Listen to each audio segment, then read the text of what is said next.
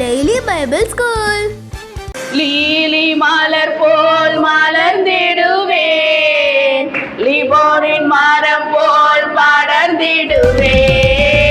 Lily மலர் போல் மலர்ந்திடுவேன், லிபோனின் மரம் போல் படர்ந்திடுவேன். கர்த்தரின் சமூகம் பனித்துளி போல் காலமெல்லாம் என் இதயத்திலே.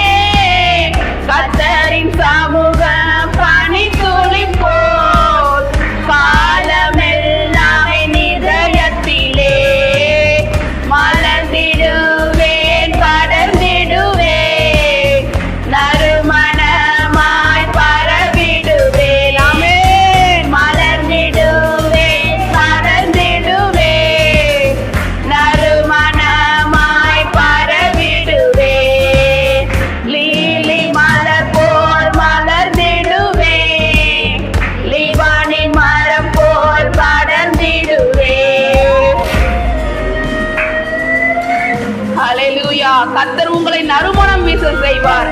இவர்கள் கர்த்தருடைய பிள்ளைகள் என்று உங்களை நறுமணம் வீசும்படி செய்வார்.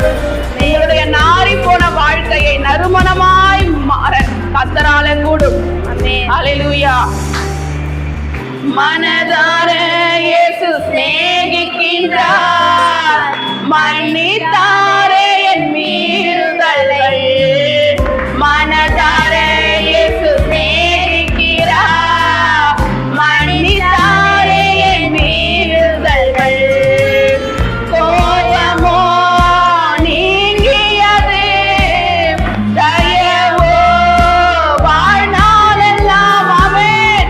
கோபமோ நீங்கியது, தயவோ வாழ்நாளெல்லாம். மலர்ந்திடுவேன், படர்ந்திடுவேன், நறுமணமாய் பரவிடுவேன். சுகமாய் மலர்ந்திடுவேன், படர்ந்திடுவேன், இயேசுவுக்காய் நறுமணமாய் பரவிடுவேன். லீலி மலர் போல் மலர்ந்திடுவேன், லீபோனின் மரம் போல் படர்ந்திடுவேன். ஆமென். லீலி மலர் போல் மலர்ந்திடுவேன், லீபோனின் மரம் போல் படர்ந்திடுவேன். எவ்வளோ காலம் உங்களை குப்பை செடி போல, முள்ளு செடி போல அநேகர் உங்களை பார்த்திருக்கலாம். கர்த்தர் உங்களை நறுமணம் வீசும் மலராக காண செய்ய போகிறார். நீங்கள் பூத்து குலுங்க போகிறீர்கள். ஆமென். ஹல்லேலூயா. விசுவாசிப்போம். விசுவாசத்துடன் இந்த பாடலை பாடுவோம். நான் நறுமணமாய் மலரப் போகிறேன், பூத்து குலுங்க போகிறேன். என் வாழ்வு கசங்கி போன வாழ்க்கை அல்ல, நறுமணம் வீசும் வாழ்க்கையாக மாறப்போகிறது. கயிறுகளால் கட்டி இழுத்து கொண்டார், கைப்பிடித்து நடக்க பழகுகிறார். கயிறுகளால் கட்டி இழுத்து கொண்டார், கைப்பிடித்து நடக்க பழகுகிறார். நுகத்தடி அகற்றிவிட்டார், பக்கம் சாய்ந்து ஊட்டுகிறார். ஆமென். நுகத்தடி அகற்றிவிட்டார், பக்கம் சாய்ந்து ஊட்டுகிறார்.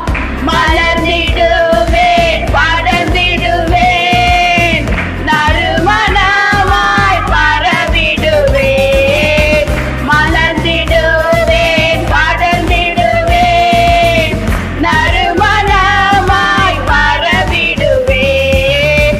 லீபோன் மலர் போல் மலர்ந்திடுவேன், லீபோனின் மரம் போல் படர்ந்திடுவேன். ஹல்லேலூயா. கர்த்தர் நம்மை உயர்த்துவார், கர்த்தர் நம்மை ஆசீர்வதிப்பார், பூத்து குலுங்க செய்வார், உயரச் செய்வார், உயர வளரச் செய்வார், அநேகருக்கு கனி கொடுக்க செய்வார். அநேக பறவைகள் உங்களுடைய கிளைகளில் வந்து தங்கும் என்று விசுவாசியுங்கள். நீங்கள் அநேகருக்கும் ஆதரவாயிருப்பீர்கள். நீங்கள் யாருடைய ஆதரவை தேடி போக மாட்டீர்கள். பனித்துளி போல நிதயத்திலே வார்த்தையினால் தினம் நிரப்புகிறார். ஆமென். பனித்துளி போல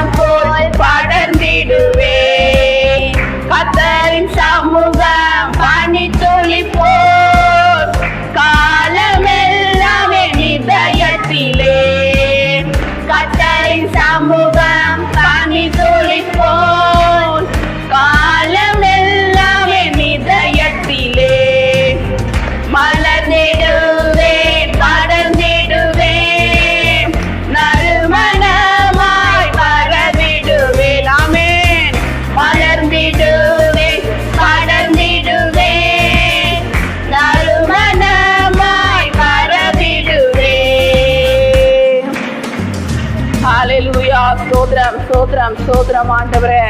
நாம் ஒவ்வொரு நாளும் நம்மை கண்ணாடி முன்பாக நின்று நாம் வாடி வதங்கி போன ஒரு பூவை போல நம்மை பார்ப்பதை நீ விட்டு விட்டு அவ்வளவுதான், தோல் சுருங்கி போயிடுச்சு, கண்ணு மங்கலாயிடுச்சு, நம்ம வாடி வதங்கிட்டோம், அவ்வளவுதான், வாழ்க்கை முடிஞ்சு போச்சு அப்படின்னு பார்க்கறத விட்டுட்டு கண்ணாடி முன்னாடி நின்று சொல்லுங்க, கர்த்தர் என் வயதை திரும்ப வாழ வயது போல ஆக்குகிறார். இந்த பாட்டை பாடினீங்க இல்லையா? என் கர்த்தர் என்ன லீலி மலர போல, லீபோனின் மலர போல பலர செய்வாரு, ஓங்கி வளர செய்வாரு, என்னை பரவ செய்வாரு, கர்த்தருக்கு நான் பணிவிடை செய்வேன், என் வயது திரும்ப வாழ வயது போல ஆக்குறது அப்படின்னு சொல்லி விசுவாசமா நீங்க சொல்லுங்க. கர்த்தர் உங்களை ஆசீர்வதித்து நீங்க சொன்ன மாதிரியே, நீங்க வாயில சொன்ன மாதிரியே உங்களை ஆசீர்வதிப்பார். யோவான் 17ஆம் அதிகாரம் 1ஆம் வசனம். இயேசு இவைகளை சொன்ன பின்பு தம்முடைய கண்களை வானத்துக்கு ஏறெடுத்து 2ஆம் வசனம். பிதாவே, வேலை வந்தது, நீர் உம்முடைய குமாரனுக்கு தந்தருளின யாவருக்கும் அவர் நித்திய ஜீவனை கொடுக்கும் பொருட்டு மாமிசமான யாவர் மேலும் நீர் அவருக்கு அதிகாரம் கொடுத்தபடியே உம்முடைய குமாரன் உம்மை மகிமைப்படுத்தும்படிக்கு நீர் உம்முடைய குமாரனை மகிமைப்படுத்தும். 3ஆம் வசனம். ஒன்றான மெய் தேவனாகிய உம்மையும் நீர் அனுப்பினவராகிய இயேசு கிறிஸ்துவையும் அறிவதே நித்திய ஜீவன். 4ஆம் வசனம். பூமியிலே நான் உம்மை மகிமைப்படுத்தினேன், நான் செய்யும்படி நீர் எனக்கு நியமித்த கிரியையை செய்து முடித்தேன். 5ஆம் வசனம். பிதாவே, உலகம் உண்டாகிறதற்கு முன்னே உம்மிடத்தில் எனக்கு உண்டாயிருந்த மகிமையினாலே இப்பொழுது நீர் என்னை உம்மிடத்திலே மகிமைப்படுத்தும். 6ஆம் வசனம். நீர் உலகத்தில் தேர்ந்தெடுத்து எனக்கு தந்த மனுஷருக்கு உம்முடைய நாமத்தை வெளிப்படுத்தினேன், அவர்கள் உம்முடையவர்களாயிருந்தார்கள், அவர்களை எனக்கு தந்தீர், அவர்கள் உம்முடைய வசனத்தை கை கொண்டிருக்கிறார்கள். 7ஆம் வசனம். நீர் எனக்கு தந்தவைகளெல்லாம் உம்மாலே உண்டாயினவென்று இப்பொழுது அறிந்திருக்கிறார்கள். 8ஆம் வசனம். நீர் எனக்கு கொடுத்த வார்த்தைகளை நான் அவர்களுக்கு கொடுத்தேன், அவர்கள் அவைகளை ஏற்றுக்கொண்டு நான் உம்மிடத்திலிருந்து புறப்பட்டு வந்தேன் என்று நிச்சயமாய் அறிந்து நீர் என்னை அனுப்பினீர் என்று விசுவாசித்திருக்கிறார்கள். 9ஆம் வசனம். நான் அவர்களுக்காக வேண்டிக் கொள்ளுகிறேன், உலகத்துக்காக வேண்டிக் கொள்ளாமல் நீர் எனக்கு தந்தவர்களுக்காக வேண்டிக் கொள்ளுகிறேன், அவர்கள் உம்முடையவர்களாயிருக்கிறார்களே. 10ஆம் வசனம். என்னுடையவைகள் யாவும் உம்முடையவைகள், உம்முடையவைகள் என்னுடையவைகள், அவர்களில் நான் மகிமைப்பட்டிருக்கிறேன். 11ஆம் வசனம். நான் இனி உலகத்தில் இரேன், இவர்கள் உலகத்தில் இருக்கிறார்கள், நான் உம்மிடத்திற்கு வருகிறேன். பரிசுத்த பிதாவே, நீர் எனக்கு தந்தவர்கள் நம்மை போல ஒன்றாயிருக்கும்படிக்கு நீர் அவர்களை உம்முடைய நாமத்தினாலே காத்துக்கொள்ளும். 12ஆம் வசனம். நான் அவர்களுடனே கூட உலகத்தில் இருக்கையில் அவர்களை உம்முடைய நாமத்தினாலே காத்து கொண்டேன், நீர் எனக்கு தந்தவர்களை காத்து கொண்டு வந்தேன். வேத வாக்கியம் நிறைவேறத்தக்கதாக கேட்டின் மகன் கெட்டு போனேன அல்லாமல் அவர்களில் ஒருவனும் கெட்டு போகவில்லை. 13ஆம் வசனம். இப்பொழுது நான் உம்மிடத்திற்கு வருகிறேன், அவர்கள் என் சந்தோஷத்தை நிறைவாய் அடையும்படி உலகத்தில் இருக்கையில் இவைகளை சொல்லுகிறேன். 14ஆம் வசனம். நான் உம்முடைய வார்த்தையை அவர்களுக்கு கொடுத்தேன், நான் உலகத்தான் அல்லாதது போல அவர்களும் உலகத்தார் அல்ல, ஆதலால் உலகம் அவர்களை பகைத்தது. 15ஆம் வசனம். நீர் அவர்களை உலகத்திலிருந்து எடுத்துக்கொள்ளும்படி நான் வேண்டிக் கொள்ளாமல் நீர் அவர்களை தீமைகளினின்று காக்கும்படி வேண்டிக் கொள்ளுகிறேன். 16ஆம் வசனம். நான் உலகத்தான் அல்லாதது போல அவர்களும் உலகத்தார் அல்ல. 17ஆம் வசனம். உம்முடைய சத்தியத்தினாலே அவர்களை பரிசுத்தமாக்கும், உம்முடைய வசனமே சத்தியம். 18ஆம் வசனம், நீர் என்னை உலகத்தில் அனுப்பினது போல நானும் அவர்களை உலகத்தில் அனுப்புகிறேன். 19ஆம் வசனம், அவர்களும் சத்தியத்தினாலே பரிசுத்தமாக்கப்பட்டவர்களாகும்படி அவர்களுக்காக நான் என்னை தானே பரிசுத்தமாக்குகிறேன். 20ஆம் வசனம், நான் இவர்களுக்காக வேண்டிக் கொள்ளுகிறதும் அல்லாமல் இவர்களுடைய வார்த்தைகளினால் என்னை விசுவாசிக்கிறவர்களுக்காகவும் வேண்டிக் கொள்ளுகிறேன். 21ஆம் வசனம், அவர்கள் எல்லோரும் ஒன்றாயிருக்கவும் பிதாவே, நீர் என்னை அனுப்பினதை உலகம் விசுவாசிக்கிறதற்காக நீர் என்னிலேயும் நான் உம்மிலேயும் இருக்கிறது போல அவர்கள் எல்லோரும் நம்மில் ஒன்றாயிருக்கவும் வேண்டிக் கொள்ளுகிறேன். 22ஆம் வசனம், நாம் ஒன்றாயிருக்கிறது போல அவர்களும் ஒன்றாயிருக்கும்படி நீர் எனக்கு தந்த மகிமையை நான் அவர்களுக்கு கொடுத்தேன். 23ஆம் வசனம், ஒருமைப்பாட்டில் அவர்கள் தேறினவர்களாயிருக்கும்படிக்கும் என்னை நீர் அனுப்பினதையும் நீர் என்னில் அன்பாயிருக்கிறது போல அவர்களிலும் அன்பாயிருக்கிறதையும் உலகம் அறியும்படிக்கும் நான் அவர்களிலும் நீர் என்னிலும் இருக்கும்படி வேண்டிக் கொள்ளுகிறேன். 24ஆம் வசனம், பிதாவே, உலக தோற்றத்துக்கு முன்னே நீர் என்னில் அன்பாய் இருந்தபடியினால் நீர் எனக்கு தந்த என்னுடைய மகிமையை நீர் எனக்கு தந்தவர்கள் காணும்படியாக நான் எங்கே இருக்கிறேனோ அங்கே அவர்களும் என்னுடனே கூட இருக்க விரும்புகிறேன்.